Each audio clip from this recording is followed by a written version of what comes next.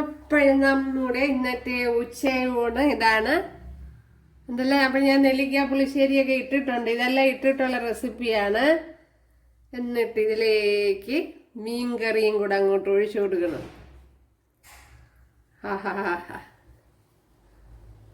ഇങ്ങനെ അങ്ങോട്ട് കോരി ഒഴിച്ചു കൊടുക്കണം.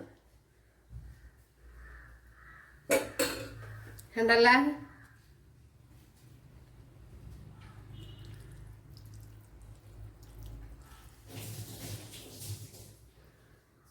സൂപ്പർ. അപ്പോൾ കൂട്ടുകാരെ, ഞാൻ ഇന്നിങ്ങനെ ഒരു റെസിപ്പിയാണ് തയ്യാറാക്കുന്നത്. അപ്പോഴിതെങ്ങനെയാണ് തയ്യാറാക്കുന്നത് നോക്കാം. ഞാനൊരു വാള ഫിഷ് കറിയാണ് തയ്യാറാക്കുന്നത്. അപ്പോൾ ഞാൻ ഇത് നെല്ലിക്ക പുളിശ്ശേരി ഇട്ടിട്ടുണ്ട്, അപ്ലോഡ് ചെയ്തിട്ടുണ്ട്. അപ്പോഴേ ഫിഷ് കറി ഉടനെ അപ്ലോഡ് ചെയ്യുന്നതായിരിക്കും. ഹായ് കൂട്ടുകാരെ, സെലിം ബ്ലൗസിലേക്ക് സ്വാഗതം. ഇന്ന് വാള വെച്ചൊരു റെസിപ്പി നോക്കാം. അപ്പോഴത്ര ഫ്രഷ് മീനൊന്നും അല്ല, ഇപ്പം മീൻ കിട്ടുന്ന സീസണും അല്ല. എന്നാലും ഇത് വെച്ചൊരു റെസിപ്പി ചെയ്യാം. അപ്പോഴും വെറൈറ്റി രീതിയിലാണ് ചെയ്യുന്നത്. അതിനായിട്ട് ഇവിടെ ഒരു ചട്ടി വെച്ച് കൊടുക്കാം.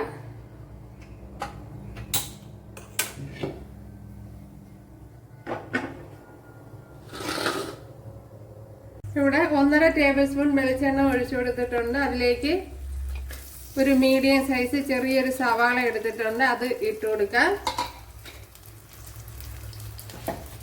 അത് പെട്ടെന്ന് മൂക്കുന്നതിന് വേണ്ടി ഒരു ശകലം ഉപ്പ് കൂടെ ഇട്ട് കൊടുക്കാം.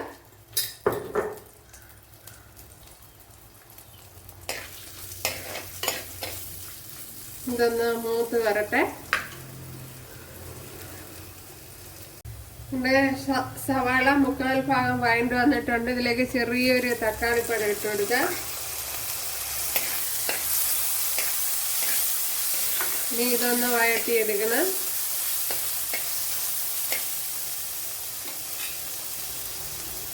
ശകലം കറി ലീവ്സ് കൂടെ ഇട്ട് കൊടുത്തിട്ടുണ്ട്, അതും കൂടെ ഇട്ട് കൊടുത്തൊന്ന് ഇളക്കി കൊടുക്കാം. ഇവിടെ തക്കാളിപ്പഴമൊക്കെ വെന്ത് ഉടഞ്ഞു വന്നിട്ടുണ്ട്. അതിലേക്ക് ഇനി മല്ലിപ്പൊടി ഇട്ട് കൊടുക്കാം. ഒരു 1 ടേബിൾ സ്പൂൺ മല്ലിപ്പൊടി ഇട്ട് കൊടുക്കാം. 1 ടേബിൾ സ്പൂൺ മല്ലിപ്പൊടി ഇട്ട് കൊടുത്തിട്ടുണ്ട്.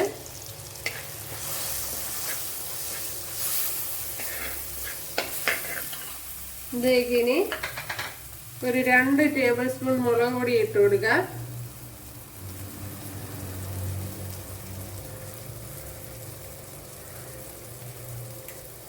ഇത് ടീസ്പൂണാണ് എൻ്റെ ഇരിക്കുന്നത്, അത് ടേബിൾ സ്പൂൺ ആവൂല.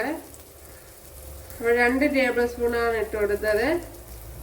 ഒരു 1/2 ടീസ്പൂൺ ഉലുവാപ്പൊടിയും കൂടെ ഇട്ട് കൊടുക്കുക. അത് കഴിഞ്ഞ് ഒരു 1/2 ടീസ്പൂൺ മഞ്ഞൾപ്പൊടിയും കൂടെ. പിന്നെ ഒന്ന് മൂപ്പിച്ചെടുക്കണം. ഇതിൻ്റെ പച്ചച്ചവയൊക്കെ ഒന്ന് മാറ്റിയെടുക്കാം.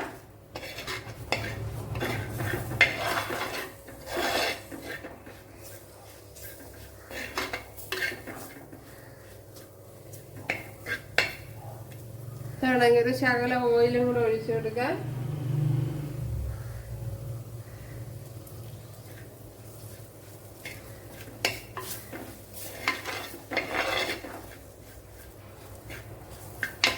ഒരു പൊടിയായിട്ട് അങ്ങോട്ട് പച്ചച്ചവയൊക്കെ മാറിയിട്ടുണ്ട്. ഇപ്പം തീ ഓഫ് ചെയ്ത് കൊടുക്കാം. ഇനി ഇതൊന്ന് തണുത്തതിന് ശേഷം ഫൈനായിട്ടൊന്ന് അടിച്ചെടുക്കണം. മിക്സിയുടെ ജാറിലോട്ടൊന്ന് മാറ്റിയിട്ടുണ്ട്. അപ്പോൾ ഞാൻ ഫൈനായിട്ട് അടിച്ചെടുത്തോണ്ട് വന്നിട്ടുണ്ട്. 1 ടേബിൾ സ്പൂൺ വെളിച്ചെണ്ണ ഒഴിച്ചു കൊടുത്തിട്ടുണ്ട്. അതിലേക്ക് ഇനി ഒരു ശകലം ഉലുവ ഇട്ട് കൊടുക്കാം. ഒരു 1/4 ടീസ്പൂൺ ഉലുവ ഇട്ട് കൊടുത്തിട്ടുണ്ട്. അതൊന്ന് മൂത്ത് വരണം. ഇനി ഇതിലേക്ക് ചെറിയൊരു പീസ് ഇഞ്ചി ഇട്ട് കൊടുക്കാം. അതേപോലെ വെളുത്തുള്ളി ഇട്ട് കൊടുക്കാം. ഒരു 3 പച്ചമുളക് ഇട്ട് കൊടുക്കാം. ഒരു 10 കുഞ്ഞുള്ളി അരിഞ്ഞ ഇട്ട് കൊടുക്കാം.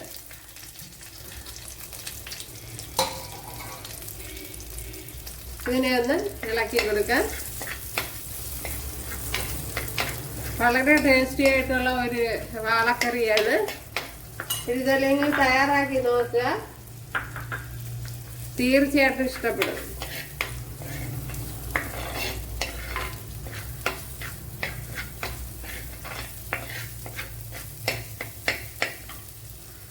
ഇനി ഇതിലേക്ക് ശകലം കറി ലീവ്സ് കൂടെ ഇട്ട് കൊടുക്കാം.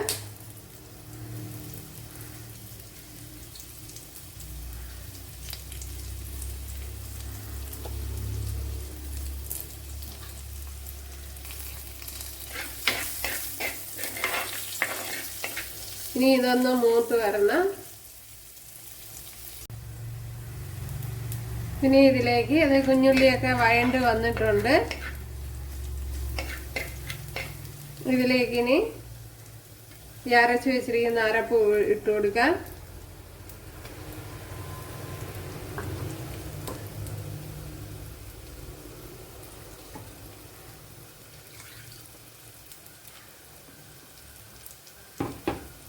ഇനി ജാറൂടെ ഒന്ന് കഴുകി ഒഴിച്ചു കൊടുക്കാം.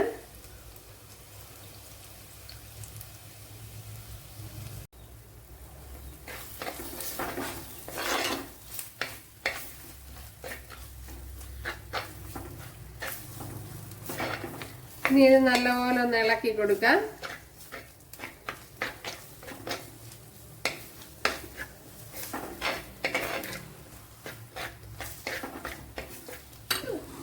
ഇനി ഇതിലേക്ക് മിക്സിയുടെ ജാറിയിരിക്കുന്ന അരപ്പൂടെ ഒന്ന്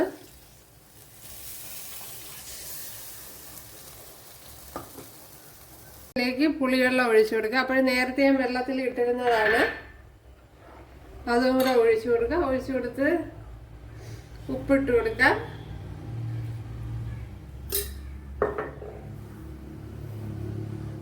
ഇവിടെ ഇപ്പോൾ നല്ലതുപോലെ തിളച്ച് വന്നിട്ടുണ്ട്. അതിലേക്ക് ഇനി ഈ ഫിഷ് പറക്കി ഇട്ട് കൊടുക്കുക.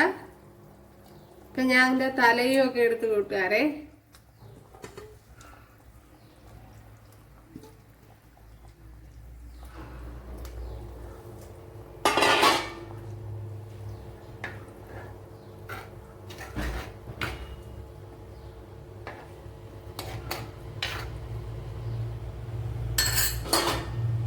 ഇനി ലോ ഫ്ലെയിമിലൊന്ന് വെച്ച് കൊടുക്കുക. ലോ ഫ്ലെയിമിൽ വെച്ചൊന്ന് വേവിച്ചെടുക്കുക. അപ്പോഴേ അരപ്പും മസാലയും എല്ലാം ആ മീനിൽ പിടിക്കുമല്ലോ.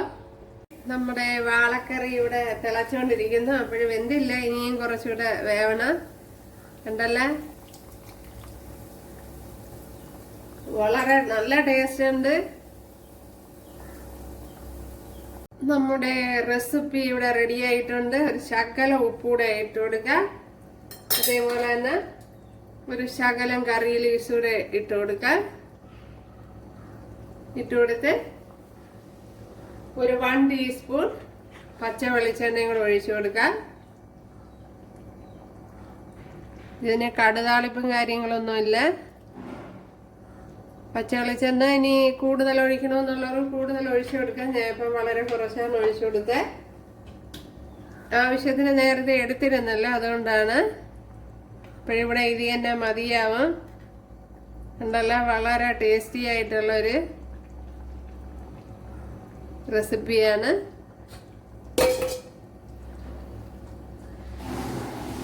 ഉണ്ടല്ലോ, അപ്പോൾ ഇനിയും കട്ടിയായിട്ടിരിക്കണമെന്നുള്ളവർക്ക് തിളപ്പിച്ച് കുറുക്കി എടുത്താൽ മതി.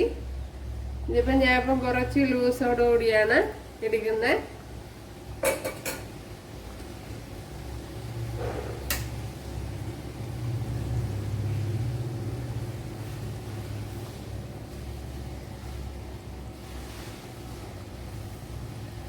അപ്പോൾ ഇത് തന്നെ മതിയാവും. ഉണ്ടല്ലോ, അപ്പോഴെല്ലാവരും ചെയ്ത് നോക്കുക. ഇഷ്ടമായാൽ സബ്സ്ക്രൈബ് ചെയ്ത് സപ്പോർട്ട് ചെയ്യുക.